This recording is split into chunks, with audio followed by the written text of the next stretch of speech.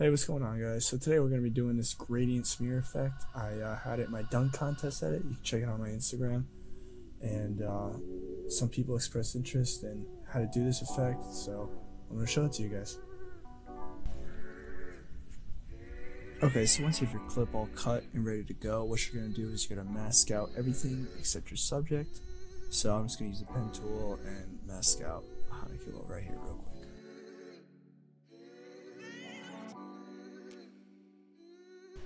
Okay, so now we have our clip all set and masked, the background's black, but there are just a few things you gotta do. First, you want to select everything with Control A, and you gotta pre-compose this whole layer. Let's call it subject mask.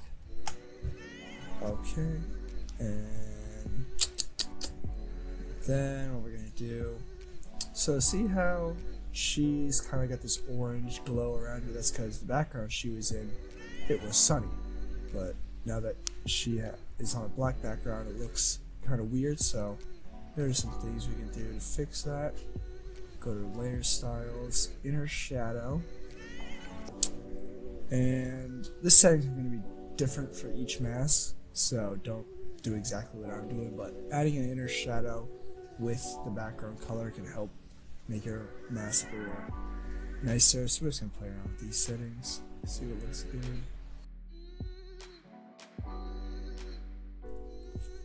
Okay, and then once you do that, you're going to duplicate the layer, and on the bottom one, you want to actually delete that inner shadow. And then what you're gonna do is go to the beginning, go forward 2 frames, make a cut. Another 2 frames, make a cut. So make a cut every 2 frames on this bottom comp until you've gone all the way to the end of the clip.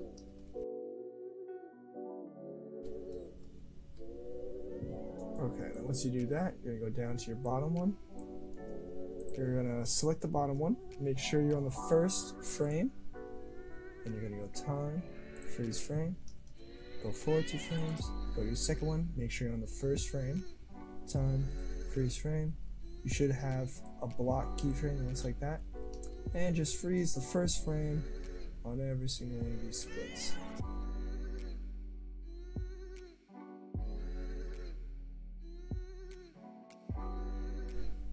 Okay, so once you've frozen all the frames, you're going to select everything except this top comp.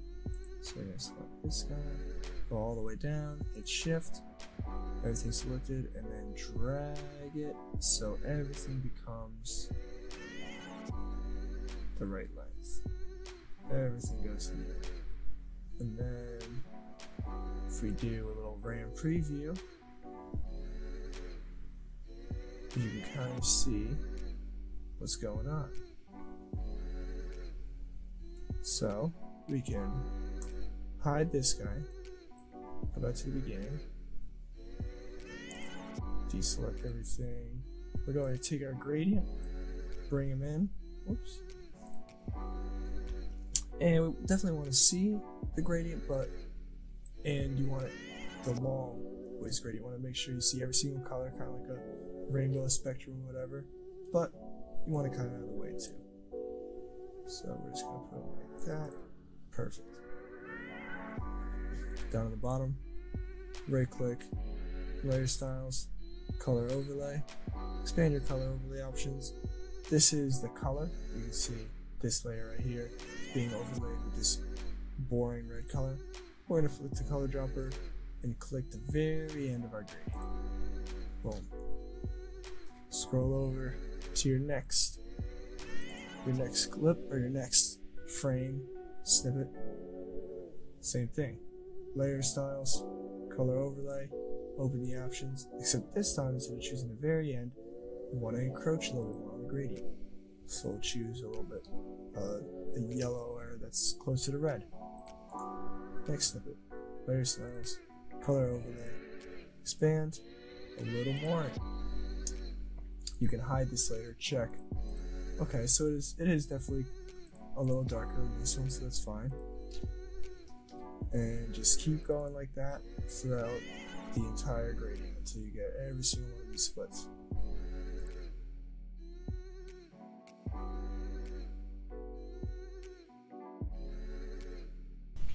Okay, so once you've done the color overlay, you mash it with the gradient, you're pretty much done.